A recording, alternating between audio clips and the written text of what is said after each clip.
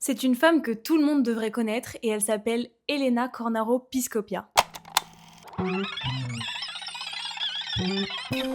Alors, t'as la ref?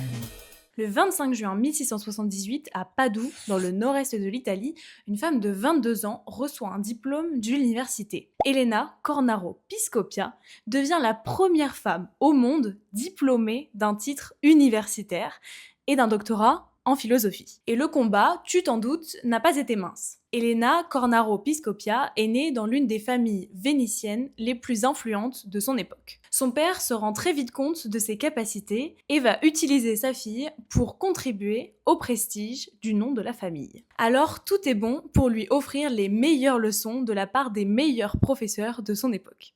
Elena Cornaro Piscopia a étudié l'hébreu, l'espagnol, le français, l'arabe, tout en approfondissant sa connaissance de la musique, de l'éloquence, de la dialectique et de la philosophie. Mais c'est en théologie que la jeune femme souhaitait obtenir un doctorat, mais l'évêque de Padoue, chancelier de l'université de l'époque, le cardinal Gregorio Barbaggio, s'y est fermement opposé, avec comme motif « il est déraisonnable de diplômer une femme ».